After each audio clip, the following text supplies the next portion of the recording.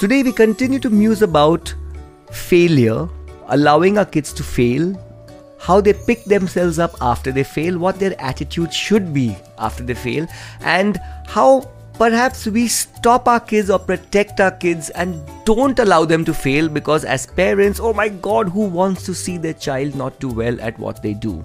So welcome to Dad Musings, and it's not just my perspective we talk about on these podcasts, but also the perspective of my daughter, Mishka, who at the time of recording this is 16 years old, my son Kahan, who is at this point 11 years old, and of course my wife Aditi. So without further ado, let's just jump right into it and let the musings begin. Everything should be amazing. Kids are sweet and adoring, but so confusing what to do. Just listen to Dad Musings. Allowing our kids to fail. It's easier said than done. We know the theory behind what happens if they succeed all the time. They make a little cardboard box and we're like, oh wow, that looks so beautiful. Or they draw a painting and we treat it like it's Picasso's painting, and everything they do from the time they are born till the time they go into school and college, and then perhaps they've come up in a nice environment where everything is hunky-dory, and then by the age of 22, when things are not going well or they haven't become a millionaire, because that's what's happening in the world today, they deem themselves to be a failure. They are getting suicidal because they've not tasted failure earlier. They're not equipped or prepped to deal with that, and it's really scary and frustrating as a parent because we suddenly look back and say, oh my God, life is not Disney World. You know, there's a lot of things that happen that we have not prepped them up for because we've protected them all the time. I have my wife Aditi also with me on this podcast, and as parents we are now musing upon what is it that we can do, the hard calls we can take. It's something that we've discussed quite often, and the word is a beautiful word. It's called tough love.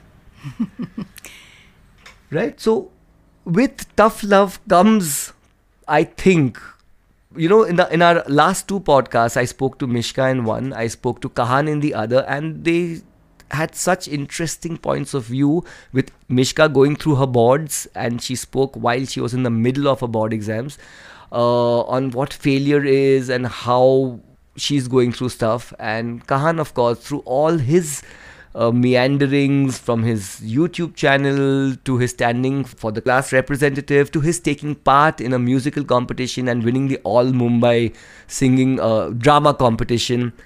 You know, so the point is that they've given us some absolutely wonderful insights on how they have been and how they deal with it. And if you guys want, you all can listen to the earlier two podcasts, one with Mishka and one with Kahan.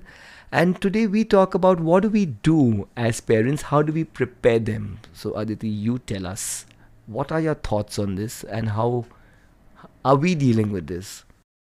I don't know if I'm repeating this or you've talked about this before, but when they tell you that failure is the best teacher, that's only half the saying. The other half is failure is the best teacher for children, but it is the most difficult test for parents. Theoretically, it sounds very good. I had heard this even before the kids were born, when they were infants. And, you know, let them fall. They'll get up and they'll learn. It's all, it's easy when you put it in that moment. And we were able to kind of do it and put it into practice and patting ourselves on the back saying, oh, we are not going to, you know, shout over the rooftops if they do little things, and, you know, we're going to be balanced parents. What happens is somewhere along the way, the rut of daily life takes over and suddenly things become important and you get lost in the daily rut. For example, one of the things that we as parents do is try to make our children independent so that they can take on the world as they grow older. And the first step to that is getting ready and making it out of the house in time to take the school bus. we had as parents decided, yes, we will not push them, we will not let them miss the bus once, and then they will know the repercussions of it, they will know the consequences of it. Initially it was okay and it worked with the kids. Then as lethargy set in, they knew that the mum is going to push them. Actually it didn't, because we discussed this. We knew of somebody who'd done this, who had made their child miss the school bus because she woke up late and she had to sit at home the whole day doing nothing. And we said, wow, that's how the child really learns. But we have always discussed it and said this is the correct way, but we have always woken the kids up such that today Mishka can't wake up with an alarm clock by herself. Right? So I don't think we've ever done that. I think they've missed the bus once or twice and we've dropped them to school. So theoretically, I think we were on the absolute bang on right track. But I think here was one such instance where we failed because of sheer love and protection for the child. We've never been able to implement That's this. exactly what I'm trying to say, because it's always, oh my God, don't let him miss school today, there's a fun fair. Oh, don't let her miss school, she has an exam. It's a test. Obviously, one can't do this when the board exams are going on. But there's always something that is important, and it's the heart that breaks, it's the emotion that takes over, and one is just not able to, which is my point, that it is the most difficult test for a parent. And one day when Kahan did miss the bus, yes, I did drop him to school, but post that he has never been late for the bus. So I'm hoping that we've not had to take such a hard call and he's learned based on that. But isn't that also because it's the child, right? The child has a very strong conscience and it rules his heart and his mind. So in which case I kind of agree with you that he reacted so adversely, almost broke down or in tears. He broke down. That we realized that he doesn't have to miss school because he is beating himself so much about it. Anyway, he is. So maybe such a hard call is not required. I deep inside believe that human beings, from the time that they are children, have a very strong, not just survival instinct, but an instinct to go ahead and be independent and live their own life. Because we are mollycoddling them, spoon feeding them, whether it is about doing homework or whether it is about eating food on time or being on time, we are actually crushing that basic instinct which is there, where somewhere they know, like waking up in the morning is so difficult. When you tell the child that I'm not going to wake you up, hear the alarm and wake up, and for that you need to sleep on time, for that you need to make sure you eat on time and finish your work on time. So it's like the reverse of a snowballing effect. You have to make sure that you create these causes so that you can have the desired effect. The moment that the child knows, even though I don't listen to the alarm, I know somebody's going to wake me up, that's where we are handicapping the child. Same thing with doing homework. If I say, okay, homework is due tomorrow, if I don't remind him, he's not going to do it. If there's a consequence he faces and he goes through it, he will make sure that he does the homework himself. I do agree. You're right. It also depends on the child and the conscience that the child has, which stops him. There could be kids who, it makes no difference. You have to go harder. Probably have to go harder. I'm just going by the experience of our kids and how they reacted and how we are trying to kind of... Talking about tough love, and on the same topic, we've also often discussed how, from more Mishka's age standpoint of moving into universities, filling in their own essays into different universities, vis-a-vis taking classes to fill in those essays, vis-a-vis having somebody write the whole essay for you and then submitting it as the child's essay. Now, while I'm not judging it from the perspective of what is right or wrong, because we all know it exists, it's either FOMO or it's just pure love and protection for your child, that the child must get in to a university so that their life is much better, or at least it's deemed to be better in the future. Taking that tough love into this situation, would you let the child do their own thing and not take external help? The worst case, of course, is having somebody else write the whole damn. This is one of those make or break questions. Yes. You are at the cusp of your life, and it's going to decide your future, your career, your life, your setup of your life in the future. I still feel, again, going by the kind of children that, especially Mishka and Kahan, the kind of children they are, I have full faith in their ability to do something if they set their mind to it. They need to have that same confidence in themselves. And the only way they will have that confidence is by them doing it themselves. If somebody else does it for them, exactly what you talked about, that they will be handicapped and crippled for life because they know that it was a short term. It was short term. A short term gain for a long term loss. Absolutely. And I think as parents, we have our eye more on the long term gain and take the hit in the short term.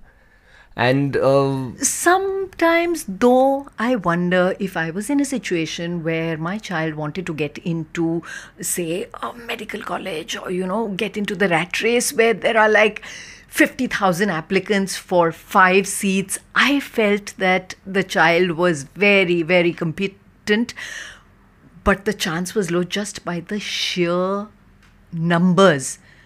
I wonder to myself, would I think differently?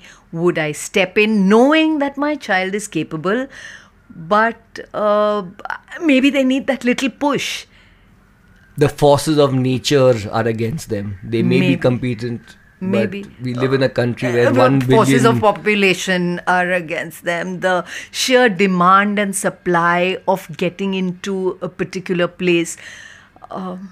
I don't know. I think I would deal with that situation if I came up to it.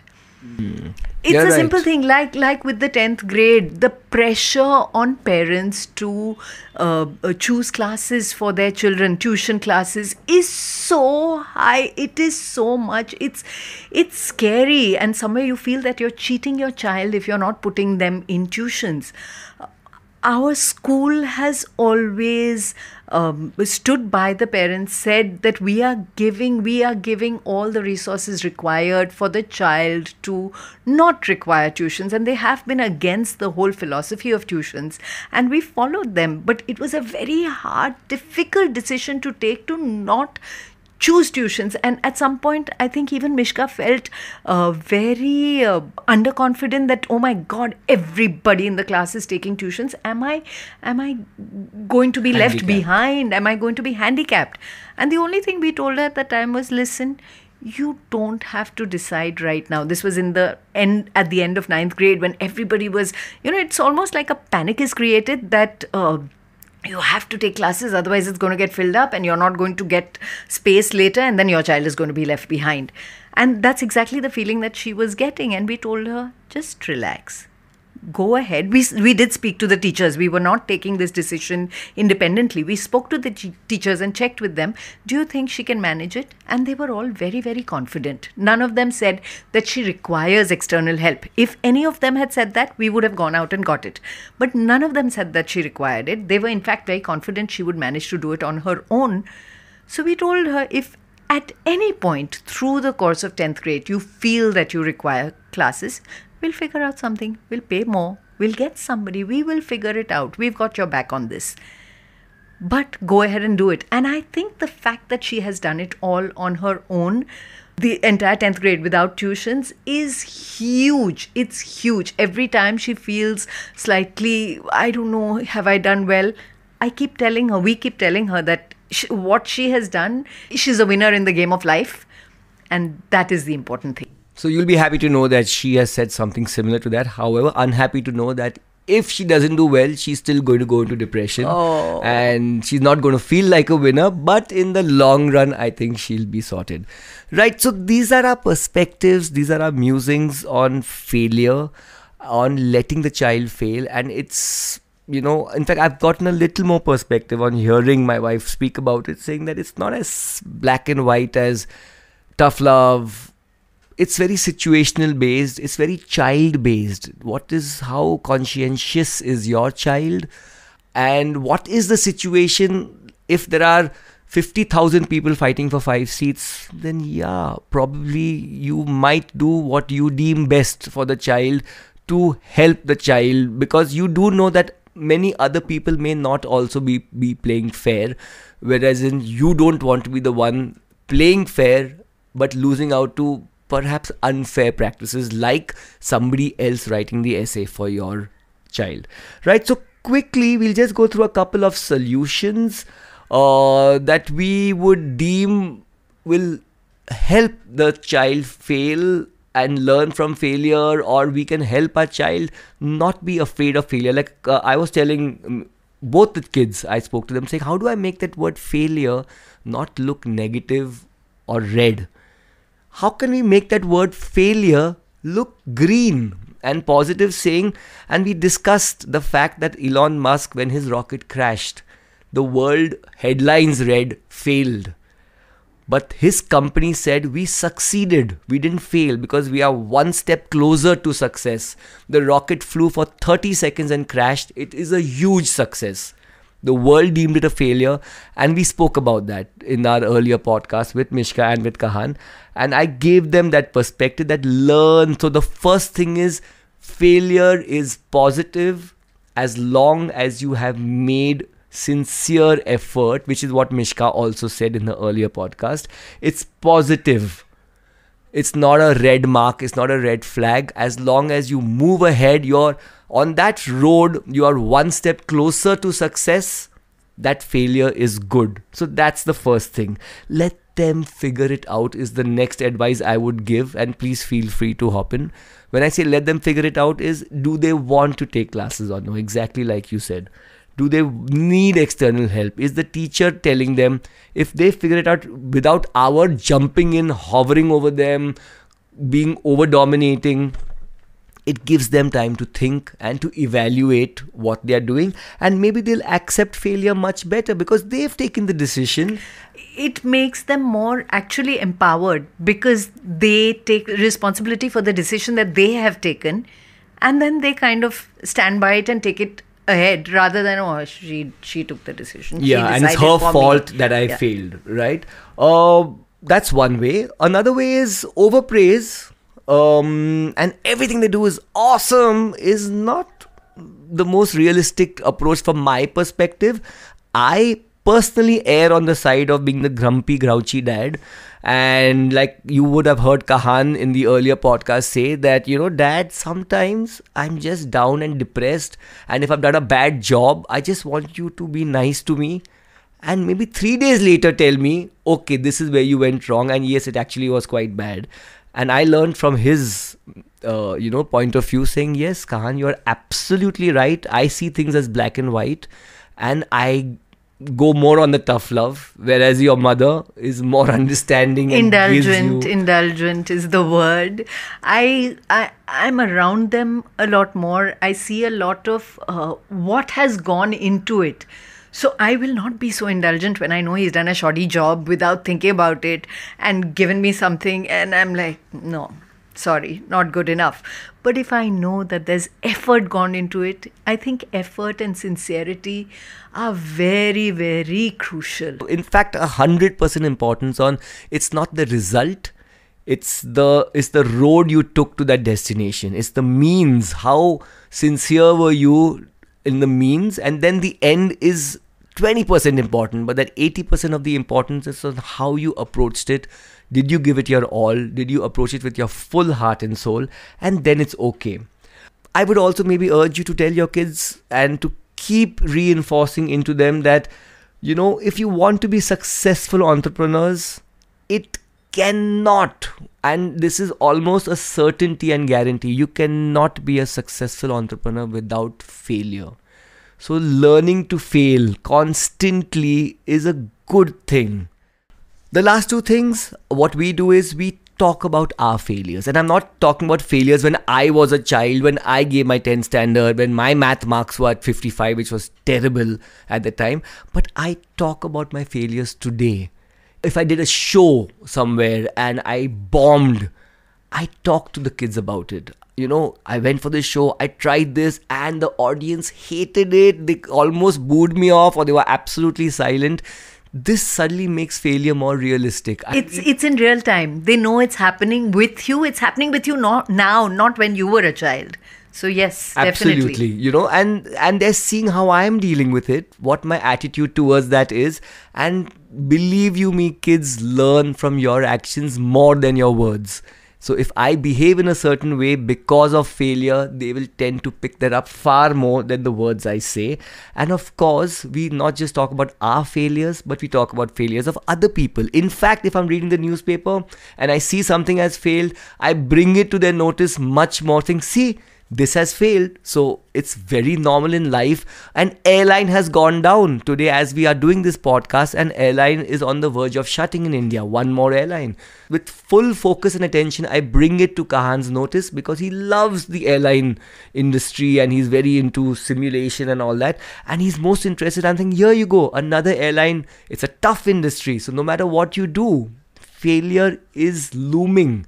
But it's not a bad word. It's not a negative word. It's something that you just have to look at positively and learn how to accept. All right then, that's our dad and mom musings on this podcast. And as always, you know, we talk about stuff that hopefully is something you muse about and you're going through, and perhaps you can get some inspiration or ideas on what to do and how to deal with the problems that you are facing with your kids, and perhaps this gives you a better perspective. So if you do feel you want to contribute to this podcast and have something to add, do go to my website chintubhosle.com and share an audio clipping of what you feel. I would love to put it on the podcast so we can share it with all our other listeners too, and make this a community of parents and thoughts and approaches that help us with bringing up our kids and with parenting. And remember, if you think you are thoroughly confused and full of doubt with respect to the way you are bringing up your kids, you are not alone.